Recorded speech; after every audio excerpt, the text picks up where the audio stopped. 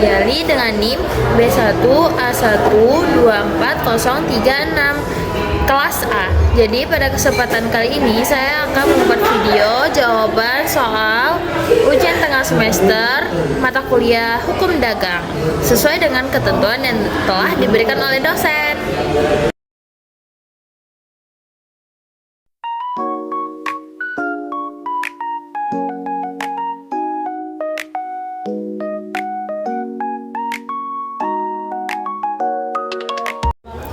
Soal nomor 1, jelaskan jenis-jenis pembantu perusahaan yang dikenal dalam KUHD pasal 62 sampai 68 KUHD.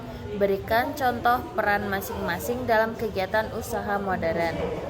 Soal nomor 2, bagaimana akibat hukum apabila suatu badan usaha tidak memiliki atau tidak memperbarui dokumen perusahaan sebagaimana diwajibkan oleh peraturan perundang-undangan. Nomor 3, jelaskan perbedaan antara urusan perusahaan dan pengelompokan perusahaan menurut Hukum Dagang Indonesia dan berikan contohnya. Nomor 4, jelaskan asas-asas dalam kontrak dagang. Berikan contoh pelanggaran asas yang sering terjadi dalam bisnis di Indonesia. Jawaban soal nomor 1. Dalam Kitab Undang-Undang Hukum Dagang atau KUHD pasal 62 sampai 68 dikenal 3 jenis pembantu perusahaan, yaitu pertama ada pembantu di luar perusahaan, contohnya seperti makelar, komisaris dan agen. Yang kedua, ada pembantu di dalam perusahaan seperti pegawai, kasir, akuntan, dan sekretaris. Kemudian yang ketiga, ada pembantu bebas atau antara, yaitu contohnya leader, konsultan hukum, dan auditor independen. Ketiga jenis pembantu ini berperan penting agar kegiatan usaha sesuai berjalan dengan efisien, profesional, dan sesuai dengan ketentuan hukum dagang. Jawaban nomor 2. Apabila suatu badan usaha tidak memiliki atau tidak memperbarui dokumen perusahaan, maka akan timbul beberapa akibat hukum. Antara lain, pertama, badan usaha dianggap tidak sah secara hukum karena belum memenuhi syarat administratif sebagai sumber hukum. Misalnya, perusahaan yang belum memiliki akta pendirian atau belum disahkan oleh Kementerian Hukum dan HAM. Kedua, ada kegiatan usaha yang tidak memiliki kekuatan hukum mengikat, sehingga sulit melakukan perjanjian resmi, pengajuan kredit, atau mengikuti tender. Yang ketiga, dapat dikenakan sanksi administratif seperti denda, pencabutan izin usaha, atau pembekuan kegiatan usaha sesuai ketentuan dalam Undang-Undang Nomor 40 Tahun 2007 tentang perseroan terbatas dan peraturan OSS atau Online Single Submission.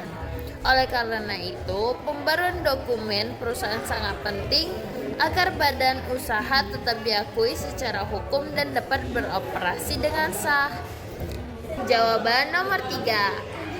Urusan perusahaan adalah segala kegiatan atau tindakan yang dilakukan untuk menjalankan roda usaha, seperti jual beli barang, pemasaran, dan pengelolaan keuangan. Sedangkan pengelompokan perusahaan menurut Hukum Dagang Indonesia terbagi menjadi beberapa bentuk. Antara lain, pertama yaitu perusahaan perseorangan. Perusahaan perseorangan ini dimiliki oleh satu orang, contohnya warung kelontong. Yang kedua ada firma. Firma ini merupakan perusahaan yang didirikan oleh 2 orang atau lebih dengan tanggung jawab bersama. Yang ketiga ada CV. CV ini Komanditiere Vennootschap. Jadi CV ini terdiri dari sekutu aktif dan sekutu pasif.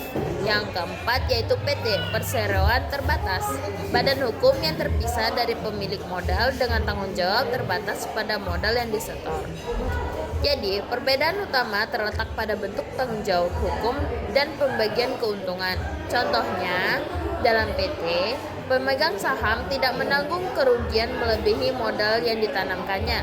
Sedangkan dalam firma, para sekutu bertanggung jawab penuh hingga harta pribadi. Jawaban nomor 4. Dalam hukum kontrak dagang terdapat beberapa asas penting, yaitu pertama, asas kebebasan berkontrak. Artinya, para pihak bebas membuat perjanjian sepanjang tidak bertentangan dengan hukum dan kesusilaan. Contoh pelanggarannya yaitu perjanjian kerja yang memaksa karyawan bekerja melebihi jam tanpa upah lembur. Yang kedua, asas konsensualisme, yaitu perjanjian sah sejak ada kesepakatan kedua belah pihak.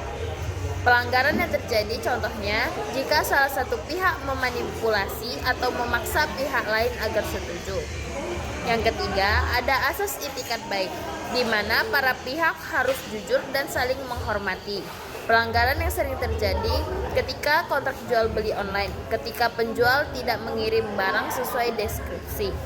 Yang keempat, asas kepribadian, di mana perjanjian hanya mengikat pihak yang membuatnya, bukan pihak ketiga. Pelanggaran yang sering terjadi yaitu jika suatu perusahaan memindahkan tanggung jawab kontrak kepada pihak lain tanpa izin. Asas-asas ini menjaga keadilan dan kepastian hukum dalam setiap transaksi bisnis di Indonesia. Demikian penjelasan saya mengenai jawaban ujian tengah semester mata kuliah hukum dagang. Semoga penjelasan ini dapat dipahami dengan baik dan bermanfaat untuk pembelajaran kita bersama. Terima kasih.